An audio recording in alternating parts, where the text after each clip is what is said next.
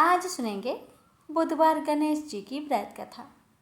बहुत समय पहले एक गांव में शांता नाम की एक वृद्ध महिला रहती थी। वह पूरे गांव में अपनी भक्ति के लिए जानी जाती थी। हर बुधवार वह बड़े श्रद्धा भाव से गणेश जी का व्रत करती थी। सुबह जल्दी उठकर स्नान करती, फिर घर के छोटे मंदिर को साफ कर उसमें दीपक जलाती। ध्रुवा यानी हरी घास, गुड़ और मोदक का प्रसाद बनाकर भगवान गणेश को अर्पित करती। वह पूरे दिन उपवास करती और शाम को आरती कर व्रत समाप्त करती। उसकी बहू माया एक सीधी सादी और मेहनती स्त्री थी। वह घर का सारा काम करती, सबका ध्यान रखती, लेकिन पूजा पाठ में ज़्यादा समय नहीं दे पाती थी। वह दिल से भगवान को मानती थी और रीति रिवाजों के अनुसार पूजा नहीं करती थी। एक दिन बुधवार को शांता ने बहू से कहा, बहू, ए बहू, आज गणेश जी का दिन है, व्रत रखा है क्या? माया ने मुस्कुराकर कहा, यानी बहू ने मुस्कुराते हुए बोली, माँ जी, मैं भगवान को रोज याद करती हूँ, उनके नाम को जापती हूँ, लेकिन उपवास नहीं कर पाती। आज भी सुबह गणेश जी को याद करके ही मैंने अपना काम शुरू किया है। शांता को यह बात अच्छी नहीं लगी। उसने मन में सोचा, अब की बहुएं भगवान को सिर्फ नाम से मानती है, नियम निष्ठा से नहीं। और साथ में बहू को दो चार बातें भी सुना दी। जब रात का समय हुआ, शांता सोई तो उसे एक दिव्य सपना आया। सपने में भगवान गणेश जी प्रकट हुए और उनका रूप तेज से चमक रहा था, शांत मुस्कान और करुणा से भरे हुए। गणेश जी बोले, माँ, तू मेरी भक्त है, बरसों से व्रत करती आ रही है, यह बहुत शुभ है, मुझे बहुत अच्छा लगता है, लेकिन तेरी बहू को कम मत समझ। वो भी मेरा स्मरण करती है, मेरे नाम का गुणगान करती है, और जो भी मुझे सच्चे भाव से याद करे, मैं उसके पास रहता ही हूँ। व्रत और उपवास तभी सार्थक है जब उनमें अभिमान ना हो और दूसरों की भक्ति को भी सम्मान मिले। तेरी बहू माया अपने कर्म और सेवा से मेरी पूजा कर रही है। वह तुम्हारे लिए, पूरे घर के लिए तन मन से सेवा करती है। उसकी वो भावना भी उतनी ही पवित्र है जितना तुम्हारा व्रत। गणेश जी का स्वर कोमल और स्पष्ट था। शांता की आंखों से आंसू बहने लगे। वो सोचने लगी, मैंने शायद माया को उसकी सच्ची भक्ति के लिए कभी समझा ही नहीं। जैसे ही सुबह होती है, शांता उठी और सबसे पहले अपनी बहू माया के पास गई। उसने माया को गले लगाते हुए कहा, बेटी, मुझे क्षमा कर देना, मैंने तुझमें वो भक्ति नहीं देखी जो तुझमें सचमुच थी। आओ, आज से हम दोनों मिलकर बुधवार को गणेश जी की पूजा करेंगे, व्रत भाव से, प्रेम से और एकता से करेंगे। माया की आंखें भर आई। उसने सास के चरण छू लिए और बोली, माँ जी, अब मैं हर बुधवार आपके साथ पूजा करूँगी और सेवा भी करूँगी, प्रेम से और श्रद्धा से। प्रेम से बोलिए, गणेश भगवान की जय। समतापुर नगर में मधुसूदन नामक एक व्यक्ति रहता था। वह बहुत धनवान था। मधुसूदन का विवाह बलरामपुर नगर की सुंदर लड़की संगीता से हुआ था। एक बार मधुसूदन अपनी पत्नी को लेने बुधवार के दिन बलरामपुर गया। मधुसूदन ने पत्नी की माता पिता से संगीता को विदा कराने के लिए कहा। माता पिता बोले, बेटा, आज बुधवार है, बुधवार को किसी भी शुभ कार्य के लिए यात्रा नहीं करते। लेकिन मधुसूदन नहीं माना। उसने ऐसी शुभ अशुभ की बात को न मानने की बात कही। दोनों ने बैलगाड़ी से यात्रा प्रारंभ की। 2 कोस की यात्रा के बाद उसकी गाड़ी का एक पहिया टूट गया। वहां से दोनों ने पैदल ही यात्रा शुरू की। रास्ते में संगीता को प्यास लगी। मधुसूदन उसे एक पेड़ के नीचे बैठाकर जल लेने चला गया। थोड़ी देर बाद जब मधुसूदन कहीं से जल लेकर वापस आया तो वह बुरी तरह हैरान हो उठा, क्योंकि उसकी पत्नी के पास उसी की शकल सूरत का एक दूसरा व्यक्ति बैठा था। संगीता भी मधुसूदन को देखकर हैरान रह गई। वह दोनों में कोई अंतर नहीं कर पाई। मधुसूदन ने उस व्यक्ति से पूछा, तुम कौन हो और मेरी पत्नी के पास क्यों बैठे हो? मधुसूदन की बात सुनकर उस व्यक्ति ने कहा, अरे भाई, यह मेरी पत्नी संगीता है। मैं अपनी पत्नी को ससुराल से विदा कराकर लाया हूँ। लेकिन तुम कौन हो जो मुझसे ऐसा प्रश्न कर रहे हो? मधुसूदन ने कहा, तुम जरूर कोई चोर या ठग हो। यह मेरी पत्नी संगीता है। मैं इसे पेड़ के नीचे बैठाकर जल लेने गया था। इस पर उस व्यक्ति ने कहा, अरे भाई, झूठ तो तुम बोल रहे हो। संगीता को प्यास लगने पर जल लेने तो मैं गया था। मैंने तो जल लाकर अपनी पत्नी को पिला भी दिया। अब तुम चुपचाप यहाँ से चलते बनो, नहीं तो किसी सिपाही को बुलवाकर तुम्हें पकड़वा दूंगा। दोनों एक दूसरे से लड़ने लगे। उन्हें लड़ते देख बहुत से लोग वहां एकत्र हो गए। नगर के कुछ सिपाही भी वहां आ गए। सिपाही उन दोनों को पकड़कर राजा के पास ले गए। सारी कहानी सुनकर राजा भी कोई निर्णय नहीं कर पाया। संगीता भी उन दोनों में से अपने वास्तविक पति को नहीं पहचान पा रही थी। राजा ने दोनों को कारागार में डाल देने के लिए कहा। राजा के फैसले पर असली मधुसूदन भयभीत हो उठा। तभी आकाशवाणी हुई, मधुसूदन, तूने संगीता के माता पिता की बात नहीं मानी और बुधवार के दिन अपनी ससुराल से प्रस्थान किया। यह सब भगवान बुद्ध देव के प्रकोप से हो रहा है। मधुसूदन ने भगवान बुद्ध देव से प्रार्थना की कि हे भगवान बुद्ध देव, मुझे क्षमा कर दीजिए। मुझसे बहुत बड़ी गलती हुई। भविष्य में अब कभी बुधवार के दिन यात्रा नहीं करूंगा और सदैव बुधवार को आपका व्रत किया करूंगा। मधुसूदन के प्रार्थना करने से भगवान बुद्ध देव ने उसे क्षमा कर दिया। तभी दूसरा व्यक्ति राजा के सामने से गायब हो गया। राजा और दूसरे लोग इस चमत्कार को देख हैरान हो गए। भगवान बुद्ध देव की इस अनुकंपा से राजा ने मधुसूदन और उसकी पत्नी को सम्मानपूर्वक विदा किया। कुछ दूर चलने पर रास्ते में उन्हें बैलगाड़ी मिल गई। बैलगाड़ी का टूटा हुआ पहिया भी जुड़ा हुआ था। दोनों उसमें बैठकर समतापुर की ओर चल दिए। मधुसूदन और उसकी पत्नी संगीता दोनों बुधवार को व्रत करते हुए आनंद पूर्वक जीवन यापन करने लगे। इस तरह भगवान बुद्ध देव की कृपा से उनके यहाँ खुशियाँ बरसने लगी। इस तरह जो स्त्री पुरुष विधिवत बुधवार का व्रत करके व्रत कथा सुनते हैं, भगवान बुद्ध देव उनके सभी कष्ट को दूर करते हैं।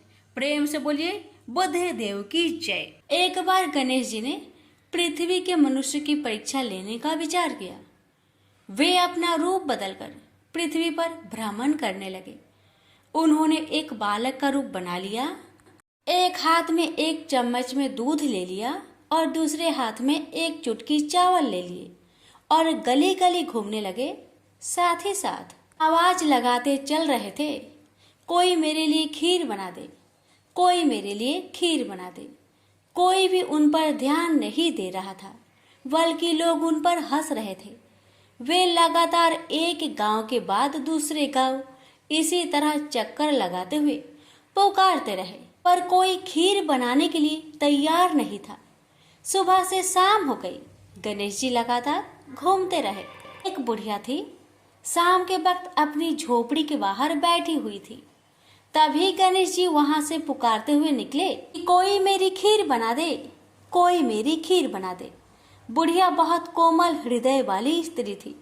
उसने कहा, बेटा मैं तेरी खीर बना देती हूँ। गणेश जी ने कहा, माई अपने घर में से दूध और चावल लेने के लिए बर्तन ले आओ।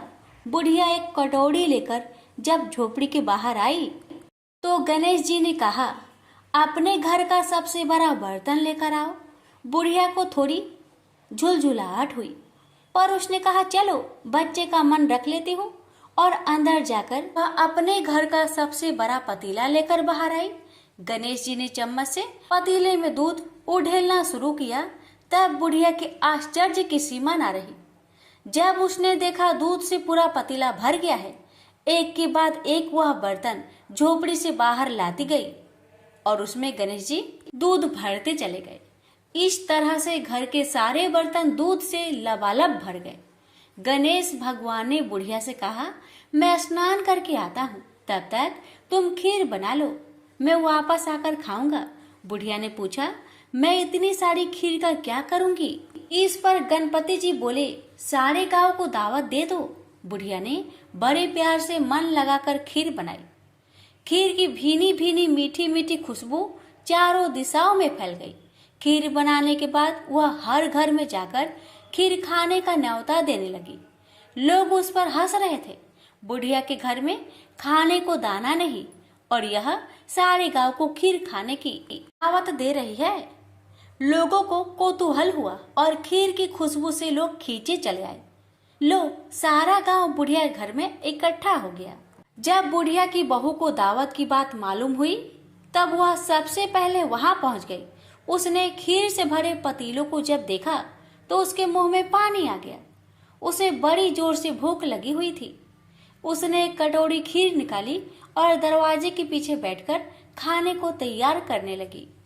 इसी बीच एक छींटा गिर गया और गणपति जी का भोग लग गया और वो प्रसन्न हो गए। अब पूरे गांव को खाने की दावत देकर बुढ़िया वापस अपने घर आई। उसने देखा बालक वापस आ गया था। बुढ़िया ने कहा, बेटा खीर तैयार है, भोग लगा लो। गणपति जी बोले, माँ भोग तो लग चुका है, मेरा पेट पूरी तरह से भर गया है, मैं तृप्त हूँ, अब तू खा, अपने परिवार और गांव वालों को खिला। बुढ़िया ने कहा, यह तो बहुत ज्यादा है, सबका पेट भर जाएगा, इसके बाद भी यह बच जाएगी। उस बची खीर का मैं क्या करूंगी? इस पर गणेश जी बोले, उस बची खीर को रात में अपने घर के चारों कोनों में रख देना। और बुढ़िया ने ऐसा ही किया। जब सारा गांव जी भरकर खा चुका, तभी ढेर सारी खीर बच गई। उसने उसके पत्रों को अपने घर के चारों तरफ रख दिया। वहां उठकर उसने क्या देखा? पतीले में खीर के स्थान पर हीरे, जवाहरात और मोती भर गए हैं। वह बहुत खुश हुई। उसकी सारी दरिद्रता दूर हो गई। वह आराम से रहने लगी। उसने गणपति जी का एक भव्य मंदिर बनवाया और साथ में एक बड़ा सा तालाब भी खुदवाया। इस तरह उसका नाम दूर दूर तक प्रसिद्ध हो गया। उस जगह वार्षिक मेले लगने लगे। लोग गणेश जी की कृपा प्राप्त करने के लिए उस स्थान पर पूजा करने और मान्यताएं मानने के लिए आने लगे। गणेश जी सबकी मनोकामनाएं को पूरी करने लगे। प्रेम से बोलिए गणेश भगवान की जय। एक गांव था जिसमें एक सेठ जी अपने परिवार के साथ रहते थे। सेठ जी का गांव के पास के ही शहर में बड़ा व्यापार था। सेठ जी गणेश जी की पूजा श्रद्धा एवं विश्वास से करते थे, जिससे सेठ जी के घर में अन्न धन के भंडार सदैव ही भरे रहते थे। उनके जीवन में किसी भी प्रकार की कोई कमी नहीं थी। नित्य प्रतिदिन नियम अनुसार रोज वो नदी पर नहाने जाते और आकर गणेश जी का पूजन करते, उन्हें भोग लगाते और फिर स्वयं भोजन करते थे। यह बात सेठानी जी को अच्छी नहीं लगती थी। वो धार्मिक नहीं थी और ईश्वर में इतना विश्वास नहीं रखती थी। एक बार सेठानी जी ने सोचा कि यह इतना गणेश जी को मानते हैं, गणेश जी की पूजा करते हैं, इससे होता क्या है? आज तो देखती हूँ वो कैसे गणेश जी की पूजा करते हैं। अगले दिन जब सेठ जी नदी पर नहाने जाते हैं तो सेठानी जी गणेश जी की मूर्ति को उठाकर मूर्ति को कपड़े से ढककर बगीचे में जमीन में दबा देती है।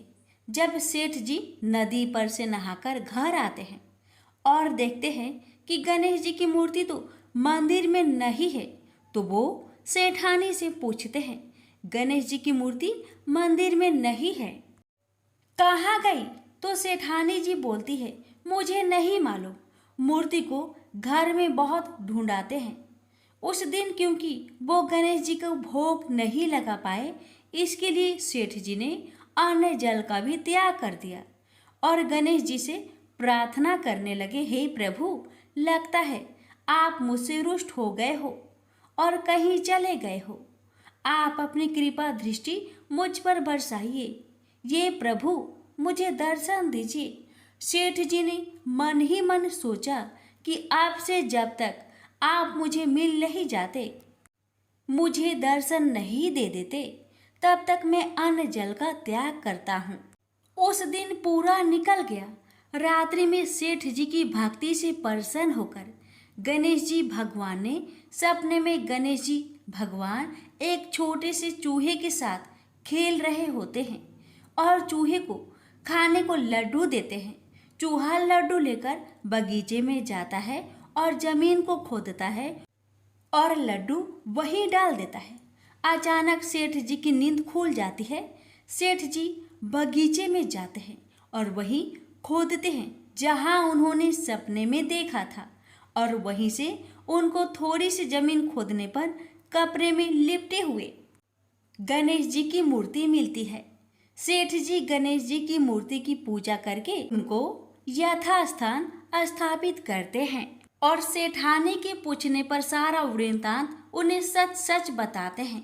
बात जानकर सेठानी जी को आश्चर्य होता है और सेठानी जी मन ही मन श्रद्धा एवं विश्वास से गणेश जी भगवान की भक्त बन जाती है और सेठ जी से कहती है कि मुझसे बड़ा भारी अपराध हो गया है।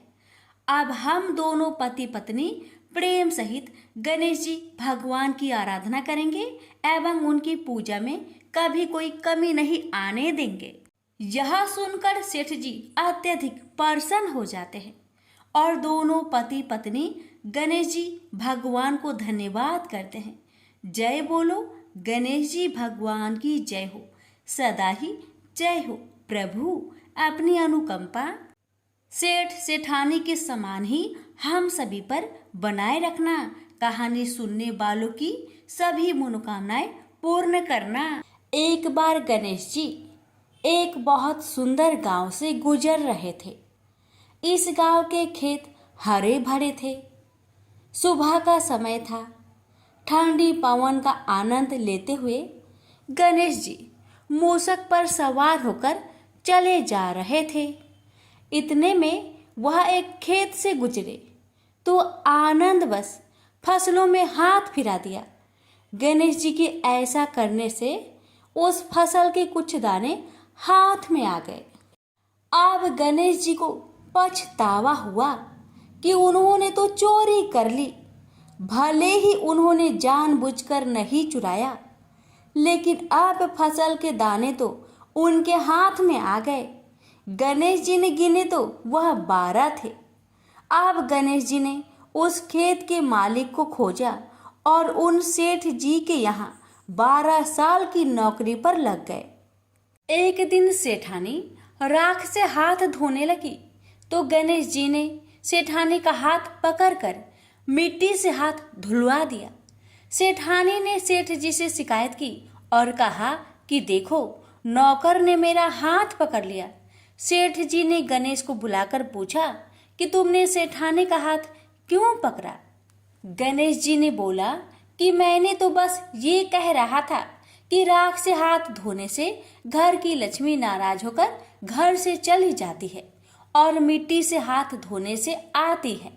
सेठ जी ने सोचा कि गणेश ठीक कह रहा है।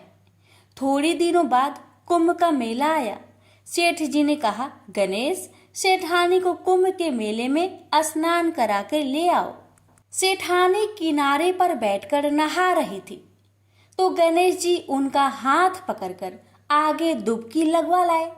घर आकर सेठानी ने सेठ से कहा कि गणेश ने तो मेरी इज्जत ही नहीं रखी और इतने सारे आदमियों के बीच में मुझे घसीटकर आगे पानी में ले गए।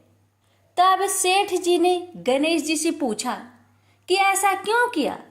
तो गणेश जी ने कहा कि सेठानी किनारे बैठकर गंदे पानी से नहा रही थी तो मैं आगे अच्छे पानी में डुबकी लगवा कर ले आया। इससे अगले जन्म में बहुत बड़े राजा और राजपाट मिलेगा। सेठ जी ने सोचा कि गणेश ठीक कह रहा है। एक दिन घर में पूजा पाठ हो रही थी, हवन हो रहा था। सेठ जी ने गणेश को कहा कि जाओ सेठानी को बुलाकर ले आओ। गणेश सेठानी को बुलाने गए तो सेठानी काली चुनरी ओढ़कर चलने लगी, तो गणेश जी ने काली चुनरी फाड़ दी और कहा कि लाल चुनरी ओढ़ के चलो। सेठानी नाराज होकर सो गई। सेठ जी ने आकर पूछा क्या बात है, तो सेठानी बोली कि गणेश ने मेरी चुनरी फाड़ दी। सेठ जी ने गणेश को बुलाकर बहुत डांटा, तो गणेश जी ने कहा पूजा पाठ में काला वस्त्र नहीं पहनते हैं, इसलिए मैंने लाल वस्त्र के लिए कहा। काला वस्त्र पहनने से कोई भी शुभ काम सफल नहीं होता है। फिर सेठ जी ने सोचा कि गणेश है तो समझदार। एक दिन सेठ जी पूजा करने लगे तो पंडित जी ने बोला कि वो गणेश जी की मूर्ति लाना भूल गए, अब क्या करें। तो गणेश जी ने बोला कि मेरे को ही मूर्ति बनाकर विराजमान कर लो, आपके सारे काम सफल हो जाएंगे। यह बात सुनकर सेठ जी को भी बहुत गुस्सा आया और वे बोले कि तुम तो अब तक सेठानी से ही मजाक करते थे, मेरे से भी करने लगे।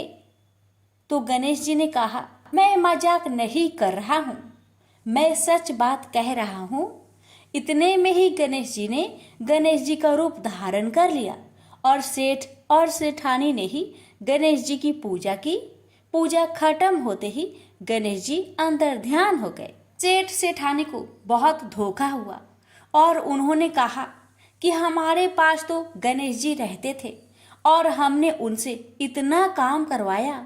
तो गणेश जी ने सपने में आकर सेठ जी को कहा कि आपके खेत में से मैंने 12 अनाज के दाने तोड़ लिए थे, उसी का दोष उतारने के लिए मैंने आपके यहाँ काम किया था।